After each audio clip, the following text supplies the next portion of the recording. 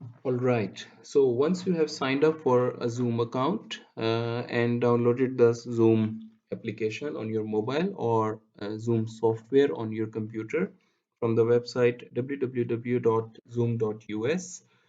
then simply you open the software on your computer and you sign in. Please note that signing in is only needed for the teacher.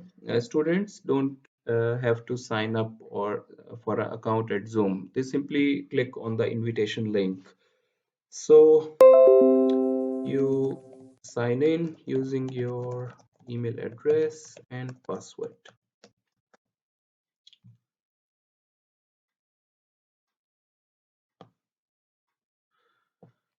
After signing in, you'll see four options. The first one is join. This one is for the students. They can simply click on it and join the lecture. Then you can share the screen. You can also schedule a meeting. So let's say if you have a class on a certain date, let's say Tuesday, the 24th March at 9 a.m.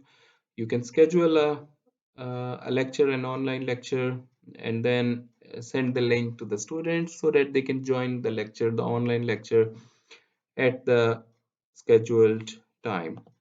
For now, we will simply start a new lecture. We have two options. Either we can start with a video or we can start without a video.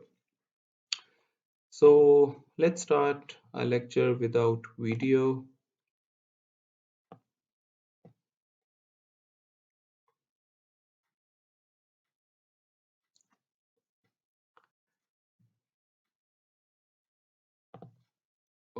Okay, so this window will appear when you will start a new meeting.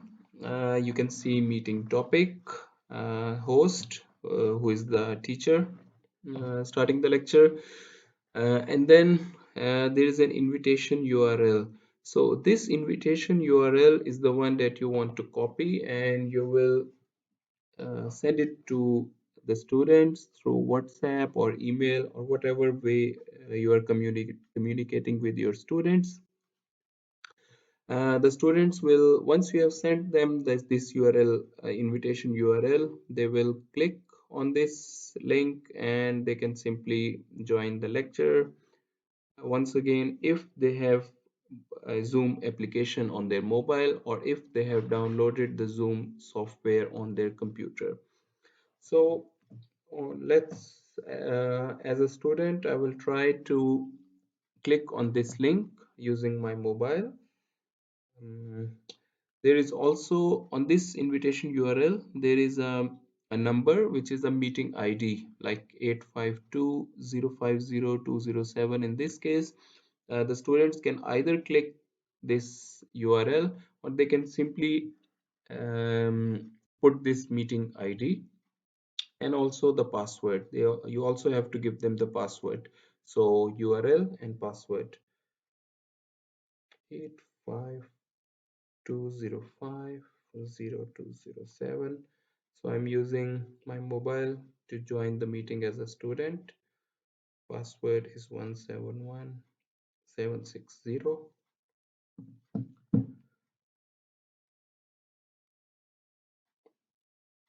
As soon as the students start to join the lecture, you will see here at the manage participants button, um, you will see that the students have started to join in. Once all the class has joined the lecture, the first thing to do is to mute all. It is important to mute all the participants because otherwise the students will cause distraction in the lecture. So it's important to mute all the students. You can either allow participants to unmute themselves or you can uncheck this so students will not be able to unmute themselves during the lecture. Okay, there are also, if you click on more, there are also other options like the first one is very important. You really want the new participants to be muted automatically. Here at the bottom you can see lock meeting. Lock meeting means that after a certain period of time, you don't want new students to join and distract the lecture.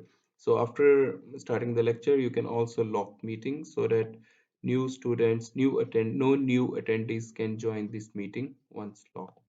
So we have also locked the meeting. Now we are ready to start the lecture. Before starting the lecture, it's important that you have opened your slides. So it's important that your slides are open. So simply click on share screen button. It's here.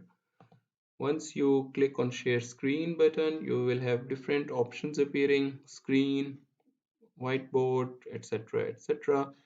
What you want to do, you simply want to share the slides so that students can only view the lecture and nothing else on your computer. So click on your slides and share, and this window will appear. You can click on the slideshow and start delivering your lecture slides one by one. If at any point any students wants to ask a question, and they will have the option of raising hand. So it's in their software. So let's say if any students wants to ask a question, they will simply click on raise hand, and here you will see while delivering your lecture that certain students wants to ask a question. You can go back to manage participants and you can unmute that specific student and they can ask the question. Once you have answered their question, you can once again click on mute all and go back to the slides. There is also an option before starting the lecture. It's important that you can also use this option of recording the lecture. So if you click on this, the lecture will be recorded, and so that the students who don't have good internet access and they can't join the lecture online, and they can you can give the saved lecture file to them, and they can watch the lecture at a later time. So that's or I think these are the most important features. And once the lecture is over, you simply click on end meeting and end meeting for all.